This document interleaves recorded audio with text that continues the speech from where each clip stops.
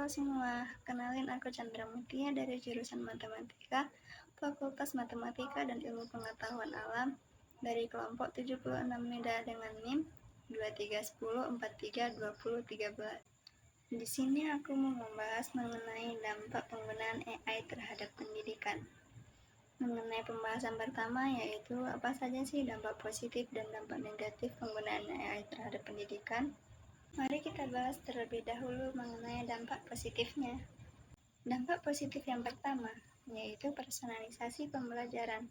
Maksudnya, AI dapat menyesuaikan pembelajaran sesuai dengan kebutuhan dan kemampuan masing-masing siswa.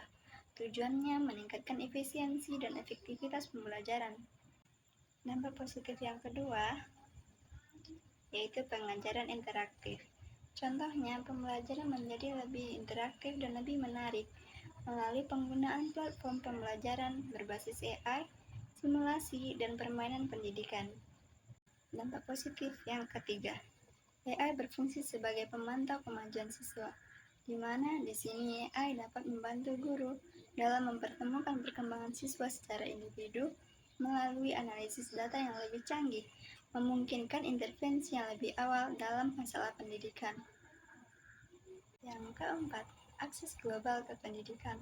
Teknologi AI dapat memberikan akses ke konten pendidikan yang lebih tinggi bagi individu di seluruh dunia, bahkan di daerah yang sulit dijangkau sekalipun.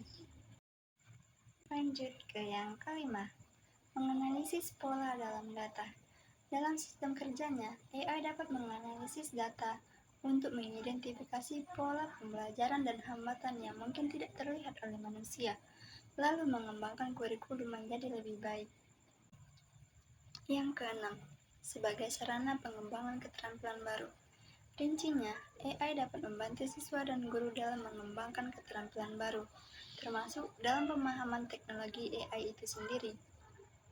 Dan yang ketujuh, AI dapat membantu lembaga pendidikan dalam mengelola administrasi, seperti registrasi siswa, pengaturan jadwal, dan administrasi keuangan yang bisa kita sebut sebagai efisiensi administrasi.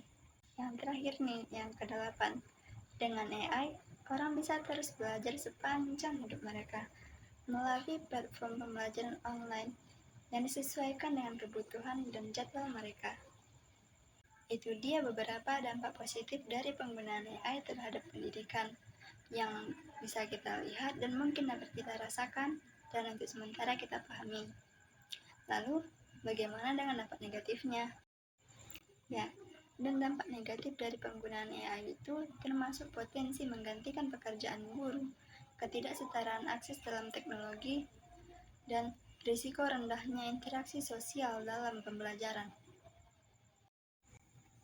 Lanjut ke pembahasan yang kedua mengenai apa penyebab terjadinya penyalahgunaan teknologi dalam pendidikan.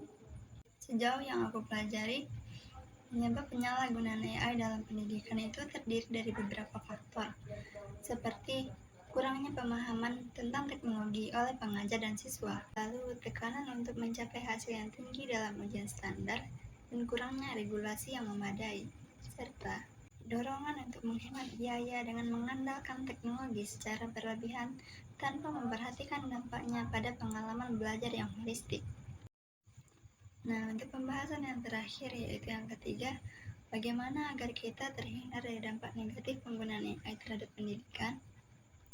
Untuk menjawab soalan tersebut, ada beberapa langkah yang bisa kita ambil agar kita terhindar dari dampak negatif AI terhadap pendidikan. Yang pertama, dengan meningkatkan pemahaman tentang AI agar kita bisa mengenali potensi dan batasan. Dan yang kedua, menggunakan teknologi AI sebagai alat bantu, bukan pengganti, untuk menciptakan pengalaman belajar yang holistik dan interaktif. 3. Memilih sumber belajar yang kredibel dan memiliki konten yang akurat. Kita melakukan hal ini untuk mendapatkan informasi dari berbagai sumber.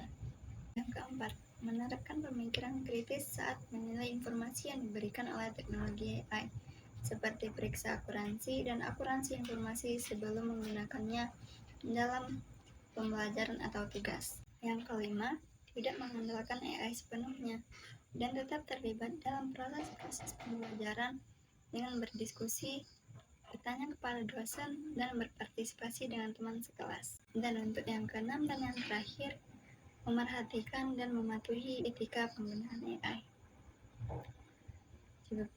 Sekian pemahaman yang dapat saya sampaikan. Semoga bermanfaat. Kurang dan lebihnya saya mohon maaf. Assalamualaikum warahmatullahi wabarakatuh.